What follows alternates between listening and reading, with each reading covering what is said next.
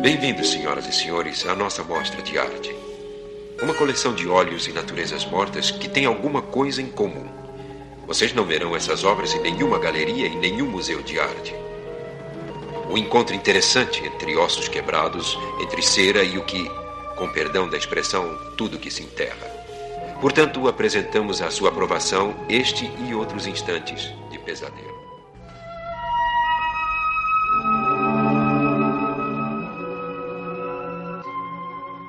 Olá, ouvinte, seja bem-vindo à nossa Galeria do Terror.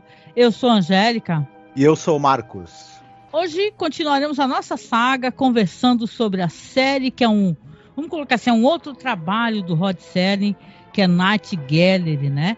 Considero aqui como segundo episódio, porque já gravamos um outro podcast, mas vamos aqui comentar, né, Marcos, a princípio que de maneira muito interessante demorou muito para poder sair aqui, para sair o segundo episódio, né?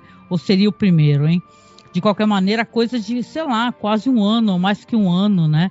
Então, depois do piloto, o piloto fez sucesso, né, Marcos? Mas Night Gallery demorou para sair, né? Isso, mas é porque o piloto fez sucesso, aí eles resolveram encomendar a primeira temporada da série, né? Então tinha que dar o tempo de produzir os episódios, ou produzir uma certa quantidade antes do primeiro ir ao ar, né? Então Verdade, foi esse né? ato aí de um ano. Vamos lembrar que eles encomendaram, então, uma temporada com 6 episódios de 60 minutos, né? Que era chamado ali de um experimento de 4-in-1, né? Na NBC, aonde havia algumas séries, né? Que tinham esse formato, não somente Night Gallery, como uma série chamada McCloud, Aeroporto Internacional, e por aí vai, né? Mas demorou bastante, porque sim, como o Marcos falou, o piloto fez sucesso, né? Aí se encomendou. Muitos episódios aqui são roteirizados pelo Rod Serling a partir de histórias de outros escritores, roteiristas, né? Falaremos sobre isso, mas aqui no primeiro episódio, né? Vamos comentar mais detalhes, mas eu quero trazer que vai ter um nome muito querido pela gente, que é o Douglas Heyes, né, Marcos? Que ele realmente, a gente elogiava muito. Se você escutar os podcasts de Além da Imaginação, você vai ver a gente falando do Douglas Heyes, nossa, né, surtado assim, de alegria. E a gente já pode adiantar que ele dirige um dos segmentos aqui desse episódio, né? E quem acompanhou nosso podcast de Além da Imaginação sabe que alguns dos episódios que a gente mais gostou da série foram dirigidos por ele, e a gente também, no que a gente comentou, e a gente não é só opinião da gente, os episódios que definiram o que era a série Além da Imaginação, alguns desses episódios são dirigidos por ele. Então é muito pena que a gente vai ver ele bem pouco aqui em Galeria do Terror. Ele dirige esse episódio e escreve, e ele faz o roteiro de mais um, só que ele usa um pseudônimo, né? Então são as únicas participações dele, infelizmente.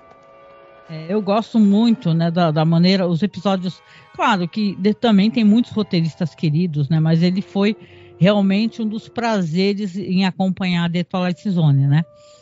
Então aqui, como vocês estão vendo, a gente fez uma introdução e eu queria aproveitar essa introdução só para falar uma coisa que eu julgo muito interessante, né?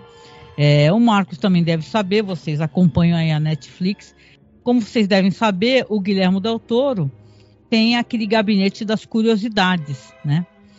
E ele fala nas entrevistas e tal que ele foi influenciado diretamente por Night Gallery, que era uma coisa que trazia muito fascínio, porque, vamos lembrar, hoje em dia, até a juventude, a galerinha, tá tudo muito mais acostumada com o terror, né, e tal, dessensibilizada, mas a galera que pegou isso daí na época ficava tendo pesadelo, né, fascínio. Ele, inclusive, o Guilherme Del Toro, diretor maravilhoso, né, ele fala que isso daí moldou o que ele queria fazer na carreira mais velha. Ele falou, eu quero fazer isso.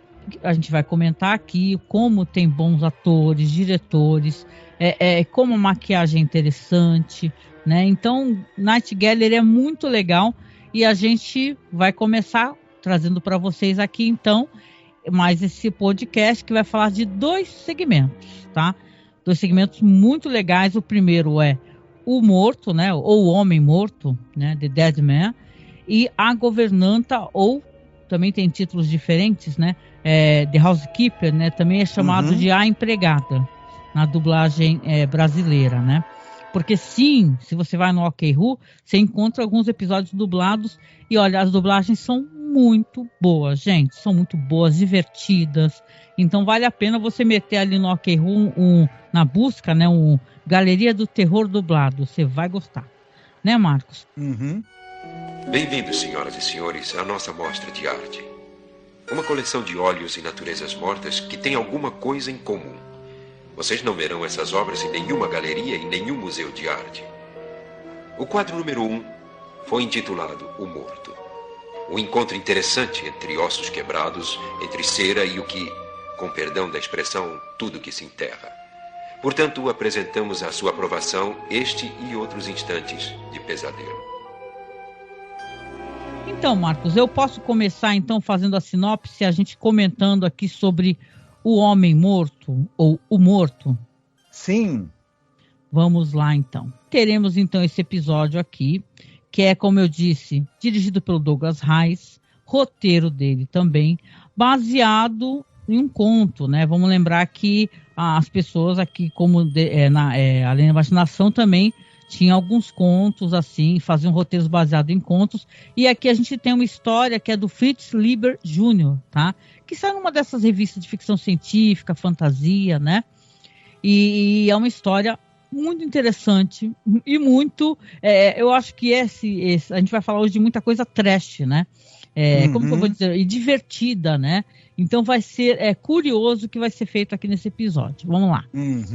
Nessa história aqui, a gente vai ter aqui um personagem, aqui um médico, né? Que ele tá indo visitar ali um outro cara, que é um médico também, né?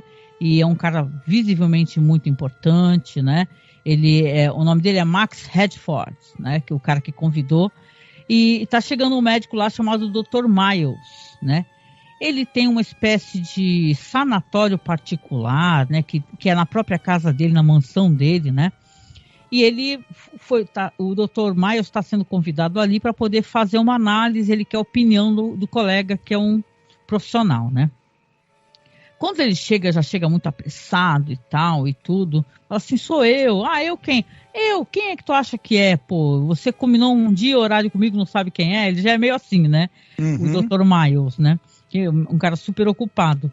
Quando ele chega, ele se adentra uma sala, tá lá o Dr. Max Hedford, com um homem deitado ali sobre uma maca, né? E aí ele fala para ele assim, aqui estou com um paciente, né? Você pode ver que todos os pacientes não foram embora, estou somente com esse, fazendo observação, né? Ele pergunta até se ele tem tempo hábil e tal, ele fala que sim, né? O Dr. Maia fala, sim, tenho sim, posso ficar. E ele fala assim, eu gostaria que você analisasse esse paciente que está deitado aí nessa maca para mim. Aí você vê um homem jovem, loiro, né? Que está com uma coloração muito estranha, né? Aí ele começa a analisar, o Dr. Miles fala assim, nossa, ele está com um problema, sei lá, visivelmente um problema respiratório, um problema, sabe, até pela cor da pele, etc, né? Aí você vê que enquanto ele vai analisando, o Dr. Max, né, ele fica fazendo uns barulhos, ele bate com uma caneta assim na madeira e tipo, pá, pá, pá. Aí o médico vira para ele, olha para ele e fala, olha de novo. Aí quando ele olha, o cara já tá com uma aparência saudável. Ele fala, nossa, que estranho, né? E tal. E eles ficam tendo essa dinâmica logo no começo, né? Que ele fala assim que ele é um paciente, ele explica, né, a situação, fala que ele é um paciente que ele é um hipocondríaco, né?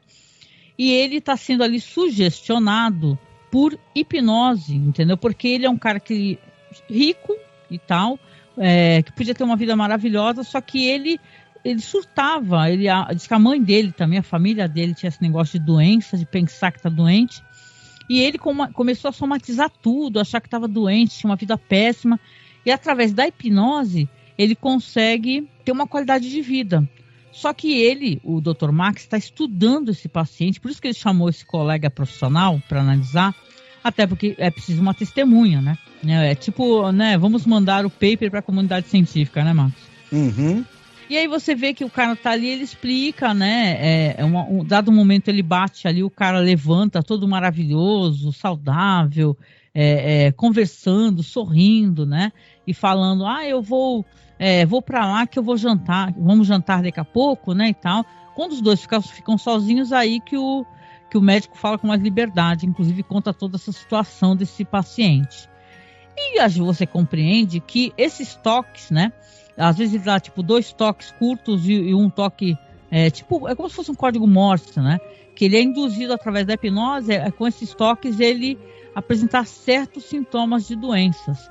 E o médico, o Dr. Max, ele explica para o outro, fala assim, olha, isso daí vai ser uma coisa importante, isso pode ser a cura do câncer, sei lá, isso pode ser a cura da morte, por aí vai, sabe? Ele começa a ter toda essa elucubração do que pode ser feito, que a mente é acima da matéria, né? Todo aquele discurso, né? E o Dr. Miles está ali totalmente, né, curioso de toda essa situação, de toda essa dinâmica, né? E fazendo muitas perguntas. E aí eles vão jantar. Quando eles vão jantar, você vê que a esposa ali do Dr. Redford, né? A Velda, ela tem um certo crush, para não dizer que ela tem um caso, na verdade, com esse paciente. E você vê que ela nem esconde isso, né? Tem um momento que o Dr. Miles vira assim para ela, fala, nossa, você está ótima, Velda, né? Você está com uma ótima aparência. Aí ela se vira, é porque eu sou uma mulher feliz, né? E aí ela olha diretamente pro paciente e o Miles olha pro, né? Um olha pro outro com aquele, nossa, o que é isso? Não tá ali escondendo, né? E aí depois ela fala, eu já vou te dar uma palavra, né? Mas só para concluir, depois ela fala, eu quero passear um pouco, né? Eu sei que agora vocês vão tomar conhaque, fumar charuto. Aí você vê, né, que o paciente, o John Fearing, né? John Michael Fearing, ele fala que não tem nenhum vício, não gosta de fumar, não gosta de beber e tal, que agora ele é um cara que, sendo tratado por hipnose dessas doenças, agora ele, inclusive, ele prefere respirar o ar puro e tal. E aí ela pega na mão dele, a mulher do Dr. Redford, né? E fala, então vamos passear, deixa eles aí e tal. E aí o Dr. Miles fala pro Redford, né? O Max Redford, né? Que convidou ele. Fala assim, porra, e aí, eu acho que tu tá tomando os cornos, né, colega? Né? Aí não tô nem escondendo, né, e tal, não tá nem escondendo isso. Aí ele fala assim, o que eu posso fazer? O Dr. Max fala, o que eu posso fazer? Eu fico chamando ele de Max, mas é Max Redford, né? O que eu posso fazer? Esse homem é um homem rico e tal, ele não precisa de mim, só que eu preciso continuar minhas pesquisas, isso é importante para mim. Ele gosta de estar com a minha esposa, então, né, eu vou deixar aqui nesse ponto, mas ele gosta de estar com a minha esposa, e eu permito, né? E o cara fala, então, por que você... não, porque o amigo dele, um que é médico, dá várias sugestões. Por que você não estuda outra pessoa, né? Por que você... Já que você, então, que ele parece visivelmente perturbado, né? Já que você assumiu essa situação, então, né, não adianta você ficar assim, né? E eles continuam conversando. Eu deixo aqui nesse ponto aqui pra gente poder depois falar o desfecho dessa situação. Né, Marcos? O que você tá achando por enquanto? O que você achou, né? A gente conta o final já, né? Do homem morto, né? O morto. Isso. Olha, que tem assim, eu tenho uma teoria sobre esse personagem que é o Dr. Max Redford. É que a minha teoria, para eu colocar, precisa a gente saber um pouco mais do que vai acontecer. E aí eu posso entrar na minha teoria sobre ele. Sobre ele e sobre o Dr. Miles também. Tu tem que contar mais um pouco? Conta então. Poder falar a tua teoria, pode falar. O que acontece é que o Dr. Miles vai ficar uns dias na casa dele, porque ele está levando uma série de experiências ali com esse paciente, né, com Fearing. Em um determinado momento, ele chama o Dr. Miles e fala o seguinte, olha, vou para um outro estágio agora com ele. Dá uma olhada aí, o Michael Fearing tá deitado na maca, né? E quando o Dr. Miles vai dar uma observada nos sinais vitais do cara, não tem pulso, não tem batimento cardíaco, o cara tá morto. E aí ele olha pro Max, pro amigo dele, pro Dr. Max, e fala, o que é isso? Ele falou, não, esse é o último estágio agora das nossas experiências. Porque eu induzi ele a morrer e vou induzir ele a voltar pra vida. E o Dr. Miles já olha com aquela cara de... Vixe Maria, o que esse cara fez? E o Dr. Max, muito confiante, né? muito seguro de si, com aquele sorriso triunfante. Ele tem um sorriso triunfante no rosto o tempo todo, né? Ele dá ali as batidinhas que são sinal pro o Michael Fearing voltar à vida. E nada. Ele bate, e o cara nada de pulso, nada de batimento cardíaco, nada de tal, o cara não volta. E aí bate o desespero total, né? Ele E o Miles começa a falar pra ele: resolva isso agora, o que você fez, né? Ele fala, pô, eu tô sendo cúmplice disso. Isso. Eles chamam uma equipe médica e é o seguinte, é ressuscitação, vão tentar de tudo, massagem cardíaca com peito aberto direto, é tudo que for possível. Eles tentam todos os meios possíveis e imagináveis, e nesse meio tempo, a Veila, que é a esposa do Max, ela já ficou horrorizada com a situação total, né? Ela já tava não querendo muito saber mais do marido, aí que ela pega uma algeriza total, né? Ela faz um escândalo, né? Ela faz você matou ele, você queria acabar com ele, né? E tal. Você vê claramente que ela só tava ali porque tava podendo ficar com o paciente. Isso. O cara não volta, basicamente o Michael Fearing não volta, e ele vai ser enterrado lá na cripta da família, porque ele é um cara muito rico, né, o paciente, o Fearing, né, de uma família riquíssima, e aí eles têm uma cripta própria lá e infelizmente vão fazer o enterro do cara. A mulher, né, a velha, eu sempre assim, ela é chamada, acho que por dois nomes, por Velha e por Velda. Eu acho que eles chamaram ela de Velda no Brasil, porque o nome dela se pronuncia Velha. É verdade, aí aqui não funciona muito bem, não. Isso, mas a Velha, né, se escreve Velia, né? Não é velha de velha. E tu não acha interessante que na tumba do cara tá escrito que o sobrenome dele é Fearing, né? Que tem a ver com medo. Temendo, temor, né? Isso não é sem motivo, né? E eu sei que ela tá transtornadíssima depois do enterro do Michael. Além dela ter perdido, ela estava apaixonada pelo Michael, além dela ter perdido essa paixão que ela estava tendo, ela começa a enxergar o marido dela como um assassino também, né? E ela começa... Ocorre que o Dr. Miles vai visitar o amigo e ele fala assim, pô, Miles, por favor, tá aqui todo o arquivo do caso, todo o arquivo das experiências que eu fiz, tenta encontrar... As gravações em áudio, né? As gravações em áudio, eu quero que você encontre alguma prova de que eu não fiz todo o esforço para salvar esse cara e de que eu, de alguma maneira, não precipitei a morte dele. Tá, eu quero que você analise e me fale que realmente eu sou inocente. O Dr. Miles analisa e ele descobre o que aconteceu. Na verdade, o Dr. Max, segundo o próprio Dr. Miles, né? Ele, na hora de dar o sinal com as batidas pro cara ressuscitar, ele deu o sinal errado. Porque, isso, de maneira inconsciente, ele não quis que o cara voltasse à vida porque sabia que ia perder a esposa pra ele. Tinha que ser 2 batidas curtas e uma longa, né? O negócio assim. 3 batidas curtas, 3 batidas, um intervalo, depois 2 batidas. Ou seja, né? Aí ele fala, pô, ele conversa com o cara na sala, né? O Miles, com o Max, pô, você deu a batida incorreta, né? Tinha que ser 3, como você falou, 3 batidas curtas, um espaço de tempo, e eu acho que 2 longas, né? Ele dá 3 batidas e uma só depois. Isso. Aí o que acontece? A mulher do cara tava escutando atrás da porta, né? Quando ela escuta, ela dá um grito, né? A cena é muito boa, né? Ela dá um berro e sai correndo porque, dá a entender que teve um insert legal de tempo aí, né? Entre o enterro e a descoberta, né? Quanto tempo será que passou? Não dá para saber, mas foram várias semanas. Porque a gente sabe que teve o enterro, passou um tempinho, sei lá, uma semana, 10 dias... O Dr. Miles não soube do Dr. Max, aí ele foi visitar o Max entregou todo o arquivo do caso para ele e ele teve que passar dias ou semanas analisando o caso. Então a gente deduz aí que se passou pelo menos, sei lá, vou chutar um mês. Né? Isso, é interessante, né? Não, porque aí quando tem essa cena que ela sai correndo, né? E tem toda aquela câmera lenta e tal, ela correndo entre os túmulos, eles saem com lanterna, né? O marido, claro, sai correndo atrás dela, e o próprio Miles, né? O Dr. Miles, ele sai com uma lanterna também atrás dos dois, porque você vê que tem até... É interessante, claro, tem uma vibe trash maravilhosa, né? Mas tem esse negócio de, no meio dessa corrida, desse negócio, fica de noite, fica escuro, né?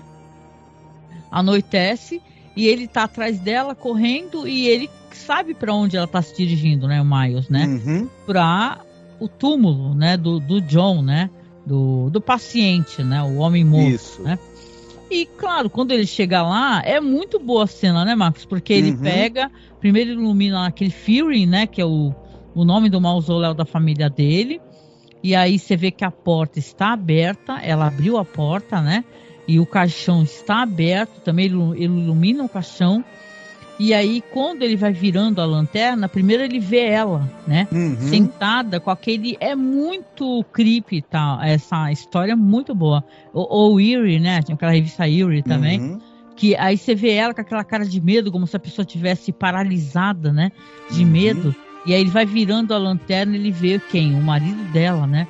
O Dr. Max, ele assim, deitado, né? Com os olhos abertos, aparentemente morto, né? E umas mãos putrefatas, pretas, né? Meio azuladas. E aí ele sobe, e quem é que tá lá? Também aparentemente, né? Não está vivo, não está zumbificado, se movendo, mas o próprio homem morto, né? Só que ele tá com uma aparência, parece que ele tá morto há um tempão, né? Como se ele tivesse degringolado. O Zé do Caixão, né, diria o seguinte: o cadáver putrefato do Michael Fearing estrangulou o Dr. Max. Olha, é muito interessante. Esse primeiro episódio, ele é muito legal, né? Ele é muito legal, The Dead Man, porque é um final assustador, né? E digno mesmo das revistas de terror, né? Agora eu tenho uma teoria sobre o Dr. Max. Opa, qual é? Porque eu acho que o Miles, ele enxerga... Primeiro que a gente um pouco vê o Dr. Max pelos olhos do amigo dele, que é o Dr. Miles. Eu acho que o Miles, como ele é muito amigo do cara, ele vê no cara algo muito melhor do que o cara realmente é. Eu acho o seguinte: primeiro, o Max, ele sabe que as descobertas que ele tinha em relação ao Michael, lá o paciente, dificilmente iam servir para toda a humanidade. Porque esse cara tem uma condição muito específica que é de família. Isso. Né?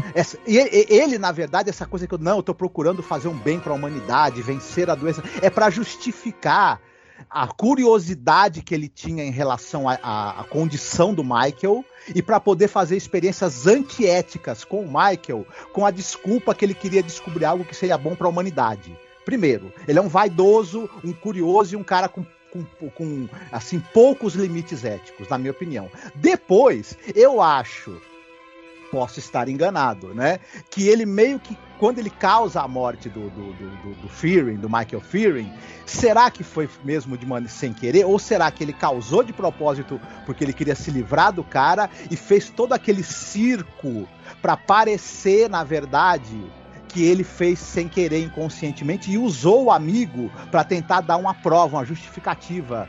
O amigo é o cara que queria depois, se precisasse depor, falar, não, ele fez isso inconscientemente e etc, né? Então, a esposa do cara não queria mais saber dele também, porque ele certamente não estava nem aí para ela até o momento que ele viu ela com outro.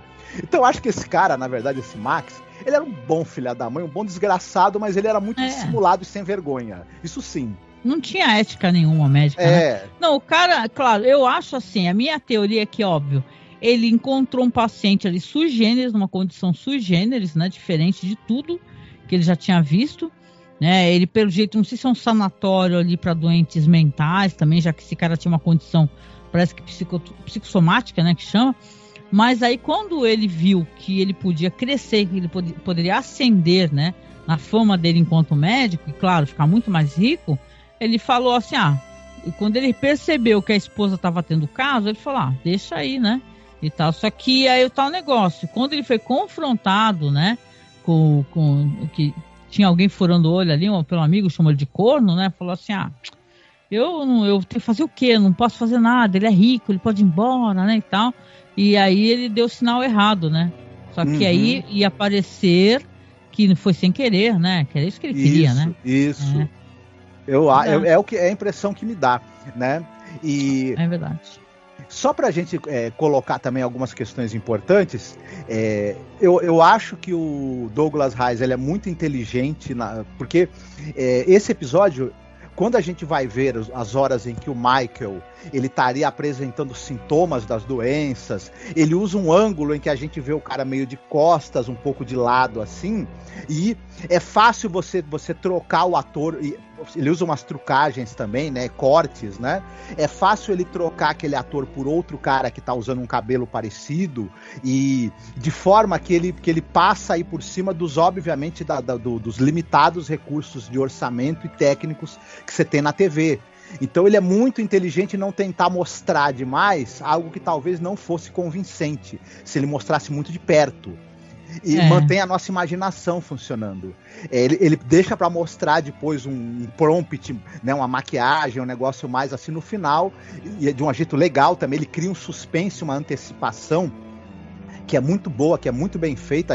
A gente fica o tempo todo engajado e querendo saber o que vai acontecer. A narrativa dele é muito segura. E eu acho também que o Douglas Reis ele é um muito bom diretor de atores.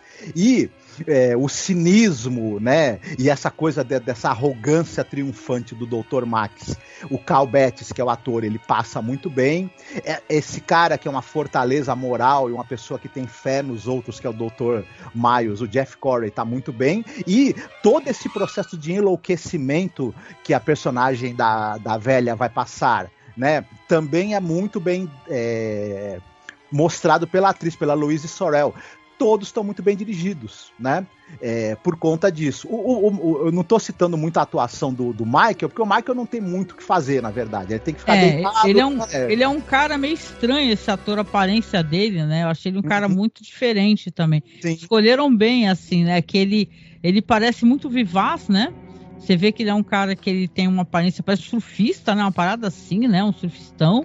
E uma figura diferentona, assim, né? Não é um cara gatíssimo, né? É um cara diferente. Mas ele aquele cara, ele tem uma aparência mesmo de saudável. Ele exibe aquele sorriso, né? De cara bonitão, bem de vida. Aparência de saudável, né? Escolheram um cara mais com aparência de saudável possível, né? Isso. Pra poder falar assim, caraca, é esse daí que vai ficar... Porque, detalhe, você lembrou bem, tem vários momentos que ele tá deitado e você vê que ele tá, tipo assim, uma hora ele tá meio azulado, daqui a pouco tá meio esverdeado, que as várias doenças que ele apresenta, né, eles têm que colocar isso fisicamente também pro espectador poder entender, né, mano? Isso, mas eles acabam usando um ângulo assim que não mostra demais. Eu acho bacana isso, sabe? Eu gosto de uma maquiagem muito bem elaborada, efeitos especiais, trucagens legais, mas às vezes quando o diretor ele resolve deixar espaço para nossa imaginação, também é bacana e a gente percebe que o cara se tocou que alguma coisa ali não ia funcionar e preferiu ir por um outro caminho. Então é sábio fazer isso na direção de um episódio assim. O Douglas Reis, ele é um cara tarimbado, né? Era um cara muito tarimbado já na época, então ele... E é isso. A gente acabou... Você quer que a gente fale um pouco dos atores? Se você quiser falar, né? Porque você já mencionou a atriz, né? Ele tava dando uma olhada na carreira dela. Ela participou, inclusive, né? A que faz a esposa, né? Que o nome dela é Velha, só que botaram no Brasil como Velda, porque ia falar assim, é uma velha. Vai ter velha no próximo episódio, no próximo segmento, né? Eu tava vendo aqui essa atriz, a Louise Sorel, né? Ela participou de várias coisas legais, inclusive Jornada nas Estrelas, viu? Ela participa da série de TV, a série clássica e tal. Aperta um cinto, o piloto sumiu e tal. Ela faz uma pontinha lá. E ela é uma atriz que ela fez bastante coisa na TV, principalmente, né? E também muitos filmes assim nos anos 70. Filmes não de grande sucesso, filmes, digamos assim, da classe A. mas ela era uma figura constante. Ela fez muitos e muitos seriados aí de policial. Enfim, uma figura conhecida aí da televisão. Assim, a série mais longa que ela fez, que ela participou mais, foi uma novela chamada Santa Bárbara. Não faz muito sentido a gente entrar em muitos detalhes, porque não foi exibido no Brasil, né? Então... Né? Não, tem coisas que realmente, né? Mas assim, em questão de atuação, eu achei que é legal, é divertido, assim. Foi um episódio, aquele final, o cara parecendo morto, e aquele morto mesmo, de meter medo, né? De filme de terror, é muito legal. Sim. O nome do ator que faz o paciente é o Michael Blodgett, né? E ele também é um cara que, não sei, a carreira dele é mais com série de televisão, né? E tal, ele tá no filme de Volta ao Vale das Bonecas e tal, então, mas ele é uma figura, você acha ele uma figura, assim, interessante mesmo. Ele acabou ficando mais tempo numa série chamada Never Too Young, era uma série sobre o mundo dos esportes, teve muitas temporadas, e foi onde ele ficou mais tempo. De resto, ele tem aparições esporádicas em 1000 séries de TV de policial e suspense, né? Ele já é faleceu em 2007, né, e tal. Mas realmente é uma figura interessante, o Michael Blodgett. O Cal Betts, que é o cara que faz o médico, o Max, ele é muito conhecido por 2 séries, uma que foi exibida no Brasil, as pessoas que um pouco mais velhas do que a gente vão lembrar da série do Juiz Judge, lembra? Juiz Judge, que nome é esse, Judge? Era uma série de tribunal, e era a vida falava sobre um cara, sobre um juiz que era o Judge. E essa série foi exibida no Brasil, enfim, e ele era o Juiz Judge, né? Legal. Outra série que ele fez, que ele participou de muitos episódios, assim, ele participou da série inteira. Você tinha aquela atriz, você sabe a Donna Reed? A Donna Reed, sim. Que ela é por exemplo, A Felicidade Não Se Compra, entre outros. Ela, nos anos 50 e 60, ela tinha uma série que era a Donna Reed Show, que era uma série em que ela fazia uma dona de casa, mãe de família. Essa série, só que a série, ela também chamava Dona, né? Só que ela era Dona Stone na série. E ela era uma espécie de... Se o papai sabe tudo, ela era uma espécie de mamãe sabe tudo. Né? A série era um veículo para ela. E ela fazia uma dona de casa que era aquela pessoa que a família girava em torno dela. Ela resolvia todos os problemas da família. Uma mulher muito, muito organizada, muito sábia, muito sagaz, enfim. E tinha o marido dela que era um médico pediatra. Esse ator aí que a gente viu, o Cal Betts, ele fazia o marido dela. Na série também, Dona Reed. Eu não sei se essa série foi exibida no Brasil, eu não sei dizer pra você. Eu acho que não. Eu tava dando uma olhada aqui nesse cara que faz o Miles, né, que é o médico convidado, lá, o Jeff Corey, né?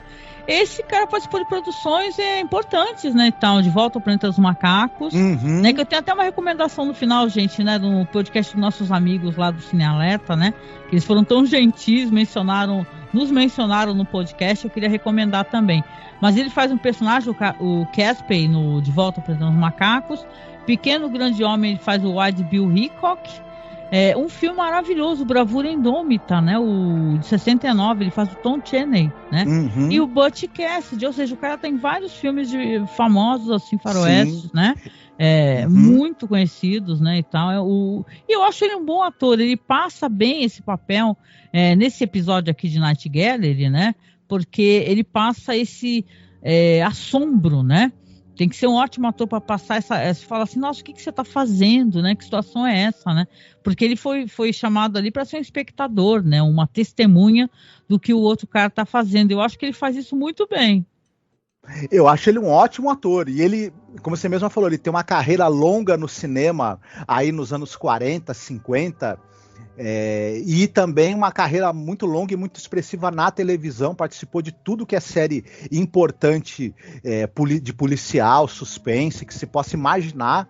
E também era um cara que volta e meia estava aí no Cinema B também, quando era chamado ele também não fugia da raia. Enfim, um baita ator esse cara.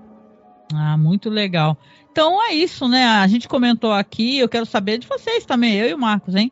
que vocês acharam aqui desse episódio. Lembrando que tá no nosso canal do OK-Ru, sempre abre a publicação, vai lá no site, no masmorracine.com.br, ou aqui mesmo no Spotify eu também coloco o link lá pro OK-Ru, vai lá assistir, porque dá para assistir, a gente coloca a versão legendada, porque a qualidade tá melhor, né, da imagem, então a gente coloca a legendada, mas é que nem eu falei, se tu meter ali um Galeria do Terror, O Morto, dublado, você encontra no OK-Ru, porque o OK-Ru é sim um repositório, um dos melhores para a gente poder, né, Marcos, assistir as coisas que a gente está comentando, né? Uhum. Mas então esse primeiro segmento aqui é o morto, né? Eu chamo de homem morto porque aqui no Brasil ficou só como o morto, né? Mas eu gostei bastante, né, Marcos? Eu sei que você gostou também, né? Eu não li o conto do Fritz Leiber, né? Teria que ler. Mas como acho que não tem tradução em português, teria que acessar essa revista aí de sci-fi, de fantasy, né, e tal, e eu não fui atrás. Mas conta uma história assim, eu acho que é bem divertido e fascinante. O Fritz Leiber, só pra gente aproveitar e fazer rapidinho ele tem algumas obras publicadas no Brasil, é um grande autor de ficção científica, a Emos publicou coisa dele, se eu não me engano. Nas coleções de ficção científica de algumas editoras brasileiras, que ficaram muito famosas aí, Francisco Alves, Emos, enfim, tem coisa dele, vale muito a pena, viu, ler. Ele é um cara muito importante. Ah, legal. Então procurem, gente, tá? Se eu encontrar algum material dele, eu deixo linkado também na publicação, tá? Quadro número 2. Algo com tendência abstrata para imitar o que não é nada abstrato. Ganância, avareza e a constante ânsia do homem mudar o que ele não gosta, por quaisquer meios. Os meios, neste caso, envolvem ciência com um pouco de magia negra. Assistam se desejarem. A Empregada. Vamos lá então, Marcos. Agora você vai fazer a sinopse, comentar sobre o segundo episódio, aqui, segundo segmento do podcast, que é o The Housekeeper, né? A Empregada. Olha, a série gira em torno do seguinte: a gente tem uma senhora, é a Miss Wharton. Ela está procurando emprego, né? E ela está ali conversando com uma pessoa de uma agência de empregos, né? E a pessoa faz perguntas para elas e as respostas delas são as piores possíveis, né? Você sabe fazer tal coisa? Não. Você tem experiência em tal coisa? Não. Você já tem recomendação de algum lugar? Não. Você tem facilidade para aprender tal coisa? Não. Não. Tudo não. Então você é perfeita para o trabalho. A gente se surpreende, né? Aí ela até se surpreende e fala: o quê? Alguém que quer me contratar? Sério? Sim. Aí ela é encaminhada para o trabalho, que ela vai trabalhar para um tal de Cedric Acton, que o sujeito, ele é um cara aparentemente muito rico, né? Eu não lembro, ele é médico, não é? Algo assim.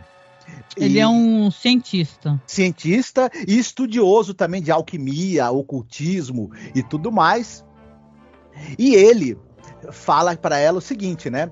Que ele tem umas coisas, uns planos que ele quer para ela, tem um trabalho específico que ele quer que ela faça e tudo mais. E muito bem, e ela fala: não, beleza, né? Que bom. Só que ele chega para ela e fala e mostra a esposa, né? Quero que você conheça a minha esposa, a Carlota, que é vivida pela Suzy Parker. A Carlota, ela está sentada, né, ali ele chama a Miss Wharton para jantar, né, e vai para apresentar a esposa. A esposa está sentada com um bonitão batendo um papo animado, né, em outra mesa. Enfim, a Miss Wharton acha aquilo um tanto quanto, né, assim, problemático, né, mas o Cedric fala: não, você fica sossegada, não, ela é assim mesmo. Enfim. E aí ele começa a falar para Miss Wharton que: olha, a senhora vai ter direito a bastante dinheiro, viu? Alguns milhões. 7 milhões. Isso. Começa a fazer uma série de... A senhora vai ter a vida que a senhora sempre sonhou. E ela fala: mas como? Aí ele começa a explicar que, na verdade, ele fez uma série de pesquisas de rituais alquímicos que fazem com que ele possa trocar a mente de uma pessoa, passar a mente de uma pessoa para o corpo da outra. E ele fala para ela: olha, minha mulher, ela é fisicamente ela é a coisa mais perfeita que se possa imaginar, mas ela, segundo ele fala, né, ela é uma pessoa fútil, egoísta, intratável, e eu poderia pegar uma pessoa bondosa, gentil, e eu acho também, né, ele quer alguém intelectualmente limitado para ele poder mandar e fazer o que ele quiser com a pessoa, né, é o que me pareceu também. Ele quer pegar o cérebro da Miss Wattle, que é uma pessoa simples, gentil e submissa, e botar no corpo da mulher dele. Aí, pra ele, ser a mulher perfeita, né? É assim, o episódio, ele transpira um machismo inacreditável. Mas é interessante que é autoconsciente, né? Porque eu tô colocando no podcast, você deve ter escutado a introdução do Rod Serling, né? Ele fala assim, ó, é um homem que ele acha que pode fazer o que ele quer, né? E tal, né? Então, de maneira muito tímida, né? Porque tem problemas com o personagem, com o desfecho do episódio, a gente vai falar. Mas eu acho que ele tem uma autoconsciência do próprio machismo, o episódio. E é interessante, né, Marcos, que esse episódio aqui, ele também é escrito pelo Douglas Rice. Mas por algum motivo, ele usa um pseudônimo, né? Ele precisa de Matthew Howard. Aí você fica, ué, o que é isso, Douglas Rice? Você tá com medo de tomar alguma pedrada, né? E tal, que esse episódio ele é meio surtado, né? Porque, assim, olha a ideia, gente, mentalize. Você vai contratar alguém, que o nome é de housekeeper, né? Que é como se você contratando uma empregada, já tá fazendo um link com o negócio de, eu quero arrumar uma mulher, porque ele sim tem ideia de botar a mente dessa mulher simplória na mente da esposa dele, fazer uma troca, né? Sim. Só que ele quer uma mulher para cuidar dele, para fazer o que ele quer, né? Isso, não, a gente também não falou um detalhe importante, que tem a ver também. Ele pergunta pra Miss Wattle, a senhora tem família, tem parente? Ela, não, ela é sozinha, ele quer, porque ele tem o plano também de passar o cérebro, a mente da mulher dele pro corpo da Miss Wattle e matá-la, pra se livrar da mulher dele, né, digamos, da mente da mulher dele, né. Ele é um escroque, né, né, então, ou seja, mas cara, você vai ficar com alguém idoso, com uma mentalidade de pessoa idosa que, vamos combinar, né? É por isso que eu acho que o Douglas Rice meteu aí um pseudônimo, porque alguém ia questionar, sabe, a coerência desse roteiro dele, porque assim, você trata com uma senhorinha simplória, né? Porque, detalhe, ela é simplória mesmo, assim, do tipo que ela é até meio confusa, né, e tal, né? Do jeito como a Jeanette Nolan tá maravilhosa, a gente vai falar dela depois. Ela é meio confusa e simplória, e eles fazem dinheiro e tal, e a dado momento ele vai mostrar o laboratório para ela, e ele fica tocando ela, né? Ele fica assim, porque aí eu vou casar com a senhora vai ter 7 milhões e tal. Primeiro ele fala até 3, né? Ela lembra que ele falou 7, né? É 7? Não, mas a gente vai dividir, porque parece que tem um acordo com a mulher, que a mulher é rica, que tem isso, ele é um cientista, né? E esse podcast vai ser o podcast dos cornos, né? Porque o outro já era o corno lá, que era o médico, né? Esse aqui é o corno cientista, né? Esse episódio, né? A gente poderia falar que não, ele tematicamente é o episódio da troca de corpo e da vida após a morte. Não, ele é o episódio dos cornos, né? Não, mas assim, né? Aí o que acontece? Aí a tua ideia, enquanto cientista, né? Que deve ser um cientista louco, só pode, né? Que o Larry Hagman faz, né?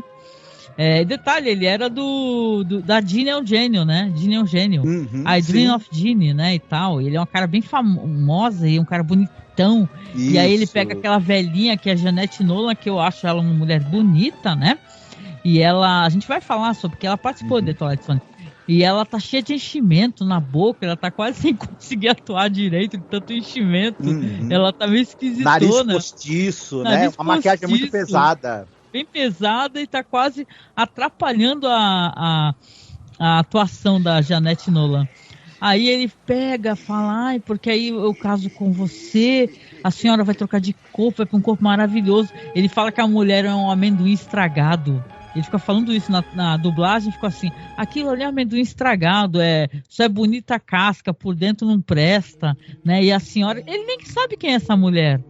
Essa velhinha pode ser uma psicopata, né?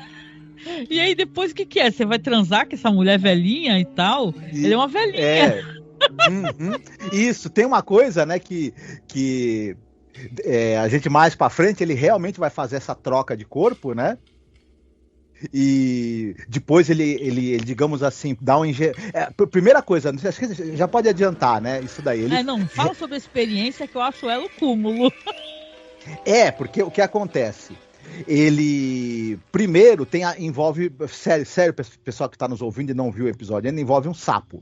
Sim, porque você precisa focalizar o sapo, que é um transmissor, né? Que ele é uma espécie de transmissor. Vai ser feito todo um ritual e você vai focalizando o sapo, a sua mente vai para o corpo do sapo e do corpo do sapo vai para o corpo da outra pessoa, né? Aí a mente da outra pessoa vai para o corpo do sapo e depois vai para o seu corpo.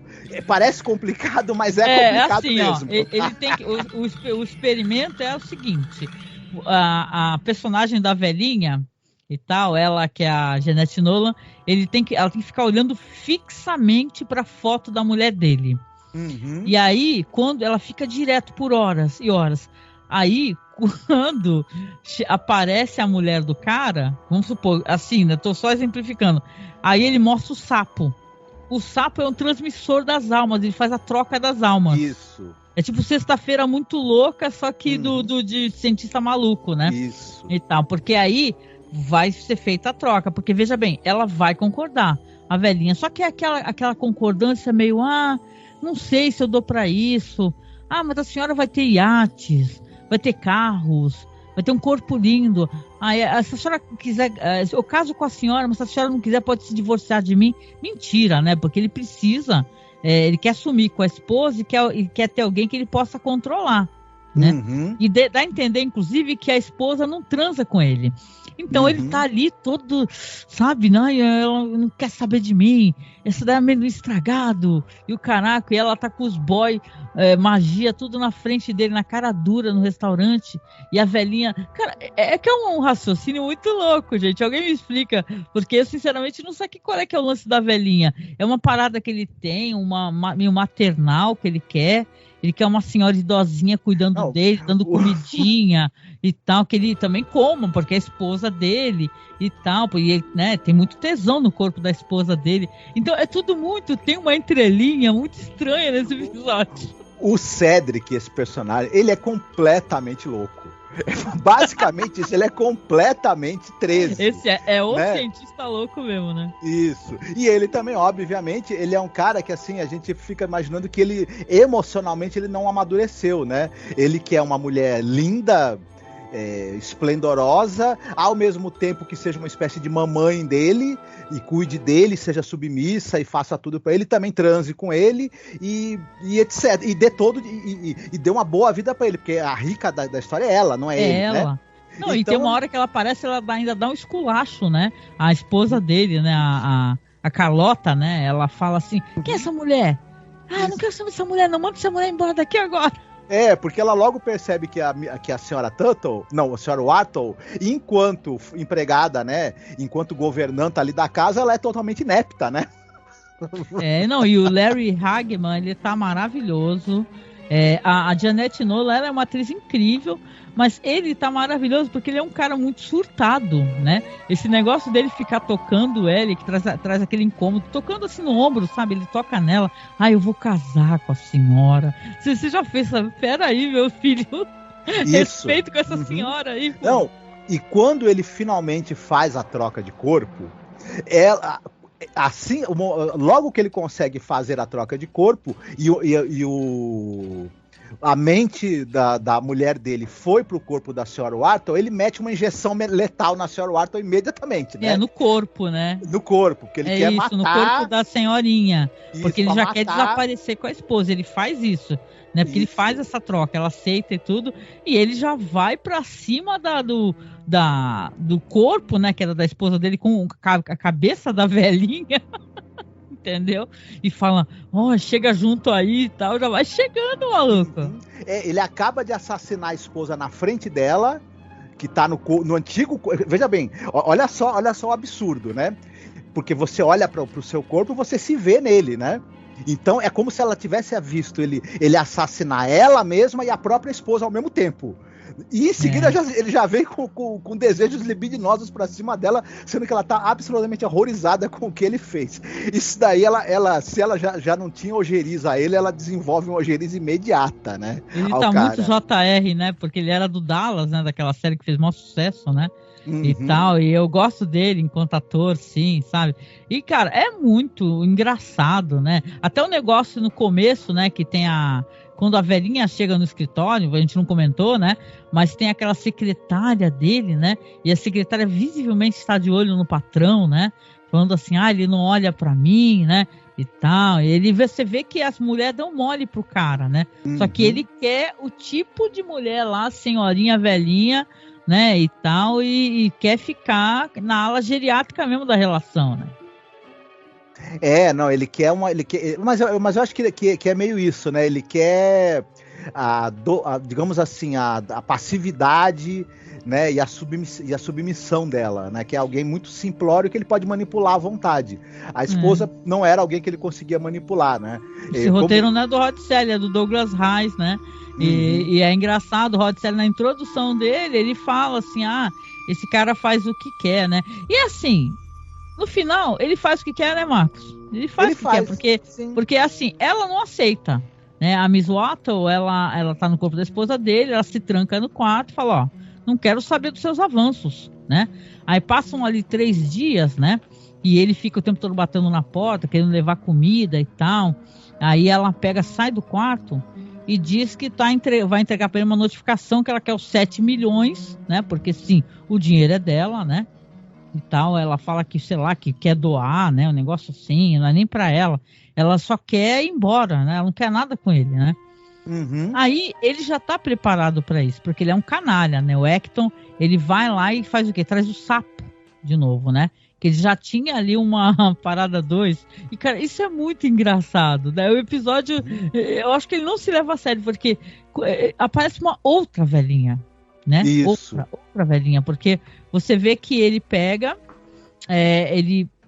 ela tá saindo com as malas e tal, ele tranca ela para ela não poder sair da sala, abre uma segunda porta e tem uma outra velhinha, né? E ele mostra o sapo, assim, acontece a mesma coisa. Isso. A alma da velhinha vai trocar com a alma dela, entendeu? Porque talvez ele vá ficar trocando, que nem ele fala, até conseguir acertar.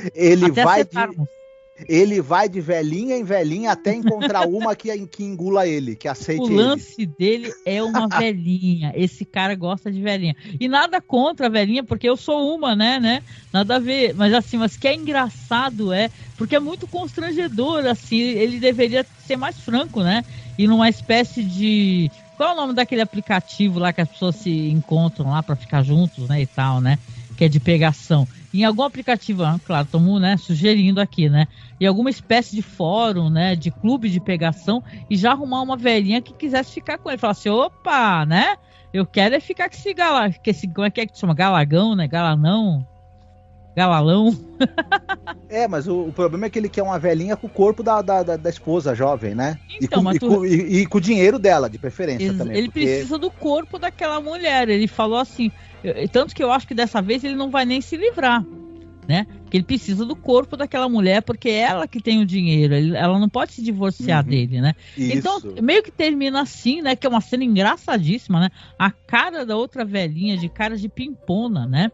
E tal, assim, termina de um jeito. Eu sei que é um episódio que divide opiniões, mas eu acho ele muito engraçado, né? O outro, eu acho legal esse clima de cripta, de revista cripta. E esse daí tem uma coisa Hermes e Renato, assim, ele merecia uma redublagem estilo Hermes e Renato, cara, muito divertido.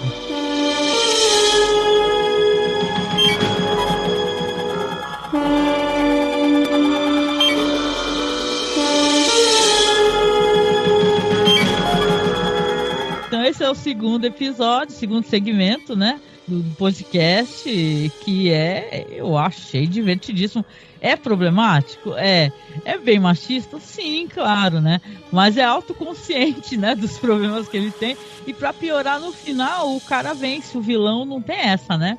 O vilão consegue, eu vou trocar de corpo até eu acertar, né? Ou seja, vai ficar passando de alma em alma até como é que a alma passa de corpo em corpo, né? E matando as velhinhas todas, porque a Miss Watson, assim que ele trocar ela de corpo, ele vai matar ela também, né? Claro.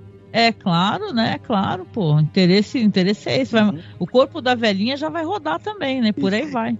Ele vai ter que achar uma velhinha que seja uma psicopata igual a ele. Aí eles vão se dar bem, talvez, né? Ou vão matar um ao outro mais pra frente. Enfim, eu acho que a coisa não vai acabar bem pra ele, não, mas fica por conta da nossa imaginação, né? É verdade. Quantos atores aqui e tal, eu acho que o nome, na minha opinião, obviamente o Larry Hagman, né, que já era uma face famosíssima, né, mas assim, numa questão mesmo de história do cinema, sabe, a pessoa importante, sensacional, é a Jeanette Nolan, né. A gente comentou sobre ela nos podcasts, ela tá naquele episódio lá do Jazz Belly, né, do The Twilight Zone, tá no The Hunt também. Mas, cara, ela é uma atriz de shakespeariana, né, sensacional mesmo, né, nível assim, e de filmes muito famosos, né, tipo O Homem que Matou Facínora, né. Sim. Ela faz aquele personagem, né, a Nora Eriksson, né, que são suecos, né, os, sei lá, holandeses da história, e ela totalmente sensacional. Eu fui ver a Jeanette Nolan, ela tem vários papéis muito caracterizados. Ela tinha isso de gostar de ter esses papéis cheios de maquiagem.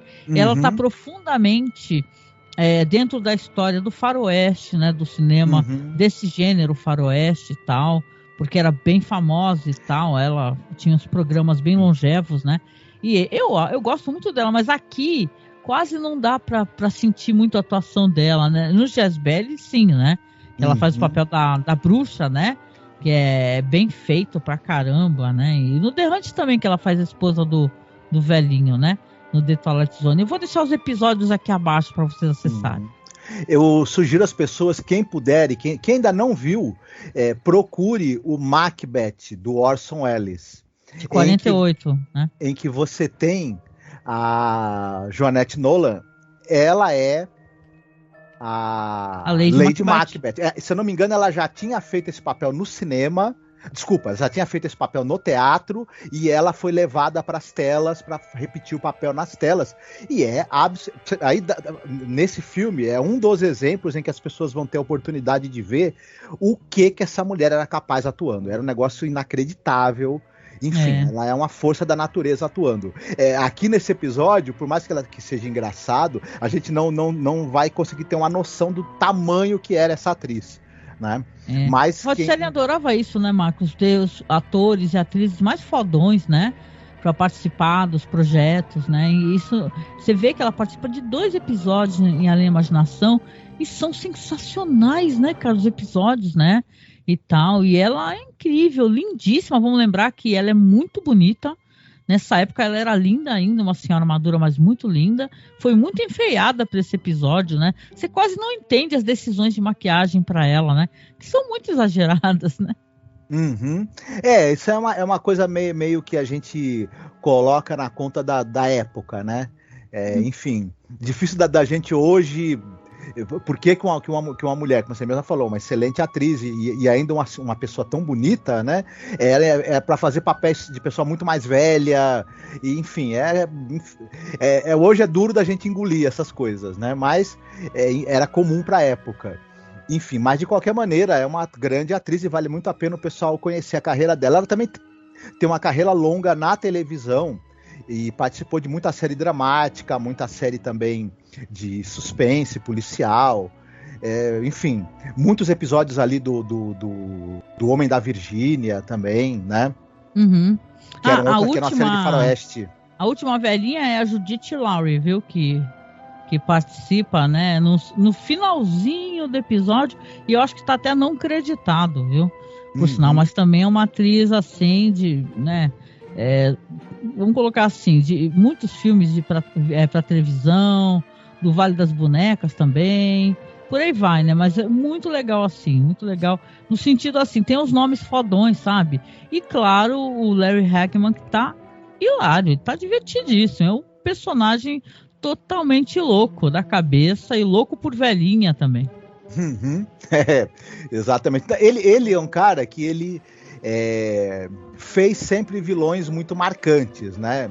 Ele, apesar que no Gene Eugênio ele não era um vilão, né? Ele era o interesse ali, o interesse romântico e tudo mais, é um cara bonito, né? E tudo. Mas ele depois se encontrou fazendo personagens escroques e gente mau caráter, né? O JR do Dallas, né? Enfim. Fez muito sucesso. Pra você ver, teve até um filme, né? Dallas, o retorno de JR, de tanto sucesso que fez o personagem dele. O pessoal, na época, né, dos anos 80 ali, o pessoal adorava odiar o JR. Eu lembro, eu sou dessa época, apesar de eu não ter acompanhado o Dallas, né? Mas eu lembro que as pessoas assistiam, comentavam, né, e tal. E ele tava todo galã nessa época aqui, né? Ele é muito engraçado no episódio. A gente não falou, mas esse episódio é dirigido pelo John Meredith Lucas, que é um cara que ele dirigiu ele era famoso por ser roteirista, né? E escreveu vários episódios do Jornada nas Estrelas. Produtor também, ele produziu muitos episódios do Jornada nas Estrelas, dirigiu Jornada nas Estrelas também, né, a série clássica. E a gente tinha até comentado que ele foi muito ligado àquela série católica, Insight. Era produtor, roteirista e diretor de bastante episódios dessa série. E ele teve uma passagem também por Além da Imaginação, né? É isso, né? Olha, eu achei divertido. Eu me diverti pra caramba, né? Eu pensei que eu fosse sentir muito mais raiva do episódio, até porque tem isso do cara querer arrumar uma mulherzinha pra cuidar dele, né? Que ele mandasse e tal, né? Mas eu me diverti pra caramba. O episódio é totalmente absurdo, né? E tal. E você fica até sem entender qual é que é o lance do cara de só querer arrumar velhinha, né? Por que não pega uma mulher, sei lá, da idade dele e conversa com ela? Fala assim, então eu preciso que você assuma aí o corpo da minha mulher e tal. Não, ele só quer as velhinhas, porque o cara é um caso, né, de arrumar um psicólogo, um psiquiatra, porque o cara tem uma questão meio maternal mesmo, né? Eu não sei nem se é uma crítica, né? Deve ser uma crítica, né? A esse homem que quer ser cuidado pela mulher com seus filhos, né? E tal, né? Mas é divertido, achei divertido, legal, gente. É engraçado mesmo o negócio, mas enfim. É isso, né? Então a gente comentou aqui, eu considero o segundo episódio, eu sei que, né, por aí tá como o primeiro episódio, mas pra mim não, porque já foi o piloto, eu considerei como um episódio também. Então a gente conversou aqui sobre o segundo episódio, Galeria do Terror. Finalzinho aqui, eu quero recomendar, né, um podcast, porque aproveitar que eles foram tão gentis mencionando a gente, né, Marcos? Conversei contigo, né? A gente também fez já podcast sobre o Planeta dos Macacos, mas o Rod Serling está profundamente envolvido, né, na questão. Ele foi um dos roteiristas do filme Planeta dos Macacos, né, de 68, e quando eles falaram sobre isso, lembraram do Rod Serling, lembraram da gente comentando sobre os podcasts, né, falando do Rod Serling nos podcasts da Imaginação, né, repetindo, a gente tem todos os programas comentando todos os episódios. Então eles recomendaram, eu venho aqui também recomendar o podcast deles, tá? Cinealerta.com.br. Escute, né, não somente o sobre o Planeta dos Macacos, mas também os podcasts em geral, que eles são ótimos. Nesse podcast especificamente está gravando o Alexandre Luiz, o Davi Garcia e o Felipe Pereira, que vai gravar com a gente futuramente aqui sobre Galeria do Terror. Então foi muito legal, assim, ouvir, né? É emocionante mesmo, né? Porque eu lembro que eu tava, sei lá, no mercado fazendo compra, e aí eu falei, caramba, mencionaram o nosso podcast, achei isso tão legal, né? É o episódio 233 do Alerta Vermelho deles. E assim, para quem é ouvinte da gente, não conhece ainda o Cine Alerta, não conhece os podcasts deles, incluindo o Alerta Vermelho, não conhece o trabalho ainda do Alexandre, do Felipe, assim, é altamente recomendado.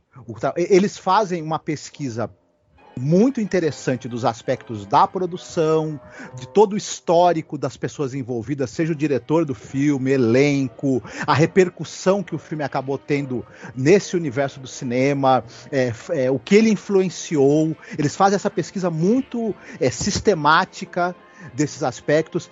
Tanto o Alexandre quanto o Felipe, no caso aqui o Davi também, né, que estava junto com eles, eles fazem uma leitura muito interessante dos aspectos narrativos, de todos os elementos da narrativa, o que funciona, o que não funciona, os méritos e deméritos narrativos do filme. É um trabalho, sem perder o bom humor também, porque eles também têm uma boa dose de bom humor na hora de falar das coisas. É um trabalho muito bem feito deles, muito bacana. A gente ser lembrado também por eles no podcast é uma honra desgraçada, é uma honra sem tamanho, né? Enfim, então quem ainda não conhece o trabalho deles, corra, porque você está perdendo um excepcional podcast e um excepcional blog também, né? Sobre o assunto de cinema e cultura pop. Eu queria até falar, viu, porque o Felipe Pereira, né, é nosso amigo que é crítico de cinema e também participa aqui com a gente, também é um dos nossos colaboradores, né? Ele escreve muitos textos fodas pro Cine Alerta, ele fala de diálogo, de filmes dos anos 70, 60 e tal. Ele tem essa vibe de ter essa curiosidade de entender, descobrir, compreender, né, essa questão do cinema mais trash, o cinema, né, slasher. Ele está escrevendo textos incríveis sobre diálogo. Então, quando você for no Cine Alerta, escuta os podcasts, navega no site, lê as resenhas, tá? Poxa, vale a pena e muito obrigada, viu, se vocês escutarem aí futuramente. Felipe, aliás, o Davi Garcia, ele tem no YouTube, o canal dele é Oxigênio Cultural, tá? Porque ele também tem um canal lá. Então, gente, prestigie esses podcasts de pessoas maravilhosas, pessoas que amam cinema, sabe? E tem essa coisa da pesquisa, da busca, da curiosidade, de sair daquela mesmice. Isso é tão bom, né, Marcos, né? Porque às vezes todo mundo tá falando de só tipo de filme X, né? E tal, porque tá em voga, né? Então é legal esse pessoal que é pesquisador, porque a gente também gosta disso. É o que a gente faz, então... Por favor, prestigie eles lá, é cinealerta.com.br. Tem resenha também e crítica de série, de TV, de quadrinhos. Então tem para todos os gostos aí dentro desse universo aí, seja do audiovisual ou seja também do quadrinho, literatura de gênero, você vai encontrar por lá. Isso aí. E obrigada pelo carinho, gente. Todo amor para vocês. Estamos juntos. São sempre convidados quando quiserem aparecer, né? Para gravar conosco. Né? Felipe já deve estar nos próximos podcasts, né? Nos que ele puder, porque vamos lembrar que o pessoal aqui, todo mundo trabalha, tem seus trampos paralelos, né? Às vezes eu e o Marcos a gente grava sozinhos, porque a gente cria a nossa agenda aqui, né? Mais prático, né? Estamos pertinhos aqui um do outro, então quando a gente vai chamar alguém, a gente tem que se adequar à agenda da pessoa, né?